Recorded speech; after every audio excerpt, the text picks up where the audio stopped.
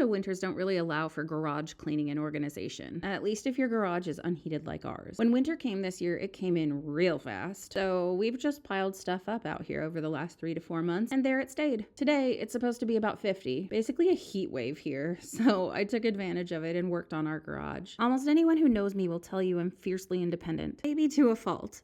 Like the Christmas bins I just hoisted up on our overhead storage by myself, it was probably too heavy. I probably shouldn't have lifted it by myself. But am I secretly proud of myself for doing it? Yes, I am. I do a few things to help keep holiday decor accessible to me. Bins are seasonal colors, at least for Halloween and Christmas. I have each bin labeled with huge letters, cut with my Cricut, saying the primary type of decoration, for example, Christmas decor. Since that's very general, I've listed underneath the large label what specific things are in that bin. I enjoy building things and doing home improvement DIYs during the summer months, so most of the garage and its mess is mine. Devin says I just let him park his car here. The sawdust all over the miter saw and floor are from me building our youngest a very simple bed frame because they prefer to sleep on a mattress directly on the floor. In a way, this defeats the purpose, but also I insisted on having a frame of sorts under their mattress so there's space for air movement to prevent any moisture issues with their mattress or the carpet. I love gifts that many women would not appreciate very much. These garage cabinets and drawers are one of my very favorite gifts ever. Definitely a big gift, and they were a birthday present from my husband. My neighbor once told me if he gave his wife garage cabinets for her birthday, he'd be sleeping on the couch for a very long time. In some of these clips, you can see me going through and putting things away in some of the drawers. I have all of our screws and hardware in plastic adjustable bins labeled with what each section contains. We've mostly honed in on where we keep different categories of tools, like the 2 power tools left out on the worktop. They go in the right side cabinet with most of the other Ryobi power tools. I had some household and DIY odds and ends and a couple of 90-degree clamp pieces that go in the left chest of drawers. Next, I moved on to cutting down a piece of drywall we've had in this garage for I'm not even sure how many years. On to straightening our snowblower and salt. This is Minnesota life after all. I placed the buckets onto a rolling plant holder so that they're easier to move around. I knocked over my salt spreader cup and spilled a bunch of salt on the floor and moved the salt and the snowblower between the garage doors so that we're ready for the next big snowstorm. Not sponsored, but I love our electric Ego snowblower because I can easily and independently start and maneuver it both in terms of my blindness and my rheumatoid arthritis. I'm not super good at judging where the snow is being thrown though. Oh, my neighbor has had to check in with me a couple of times because I was kind of throwing the snow right onto his driveway. That last little bit was a glimpse at the fairy garden stuff. The fairy garden is one of our youngest child's special interests. I'll share more about that in the second part. For now, here's today's progress and I'm pretty happy with it.